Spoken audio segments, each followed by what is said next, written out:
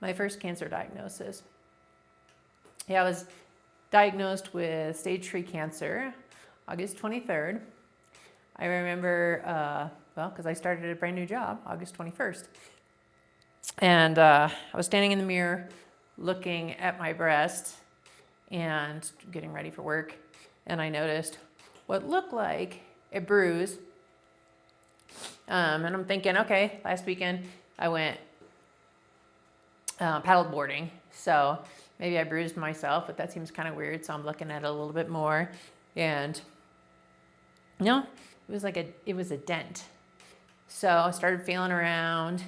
And after I did that, kind of felt like something. So I called the doctor real quick and they said, come on in tomorrow. And I went in. She felt around. She said, I don't know, it doesn't really feel like a lump. So, but that's a dimple is what they call it. And so let me look into that. So we're going to have to get you a mammogram because I never had one at that time. And so I was 46. So anyway, so I go in, go to the hospital. They do the mammogram, a lovely affair, right? Like getting your boobs smushed in plastic. I'm not really sure why they can't come up with something new at this day and age. But anyways, got that. Then sure as shit, take me, they put me in a waiting room, and then they take me into radiology and get an ultrasound. I'm sorry, that's what I needed to get, an ultrasound. And and then I got that ultrasound, and the radiologist had me sit up and looked at me and said, I'm sorry to tell you this, but it's cancer. And so he showed me my ultrasound, and it was like a black dot with all these spider veins coming out of it.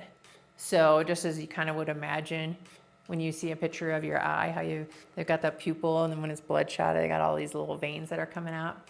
And those veins are what is the sign of cancer.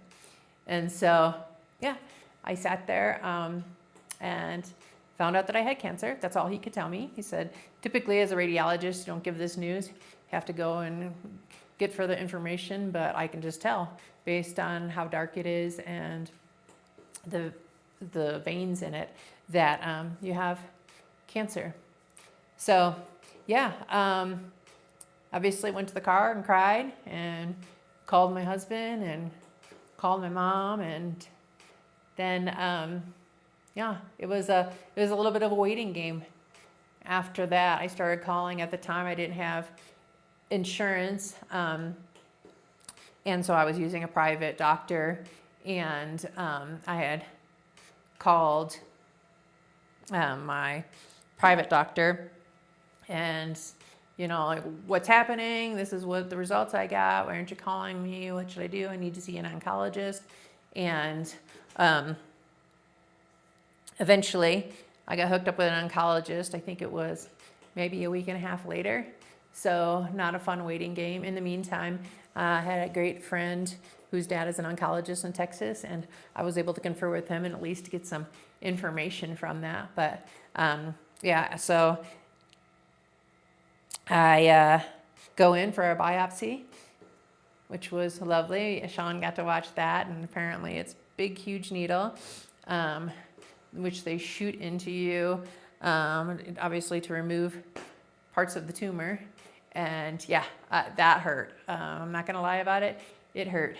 And they gave me all the injections that they could give me, and said, "Hey, ma'am, that's all we can give you. I can't believe you're still feeling it." That result came back with a pretty large tumor. And then after that, I met with doctor, definitely got a second opinion, met with plastic surgeons, tooth plastic surgeons, to see what I was going to do about, was I going to remove my breast? at the time I had found out it was less than an inch. So, and it would seem to be just one tumor, but that's why they couldn't really feel the bump because the tumor was so big. And so it wasn't really expected to be that encompassing of that side of my chest. But yeah, so I got the information that I needed, and in November I got my double mastectomy. I had my breast removed, and with that, that's really how you find out what stage you're at, because they go in and they inspect all your lymph nodes, and they shoot something into your lymph nodes, and the surgeon can't see that until she's actually has you cut open. And then when they see which lymph nodes are impacted by cancer, then they remove the number of lymph nodes. And in my case, I had 12 lymph nodes removed, and 8 of them were positive for cancer.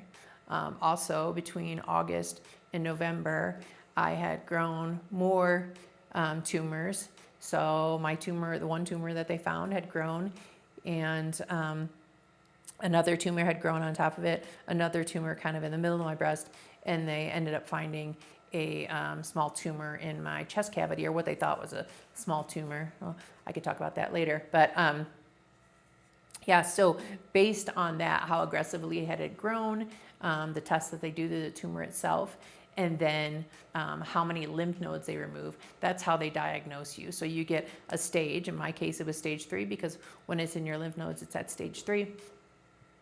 And then you kind of get a grade with it. So anyways, found out that I had stage 3 cancer really at that time. And that's kind of then when you come up with your treatment plan, which I will talk about in a different episode.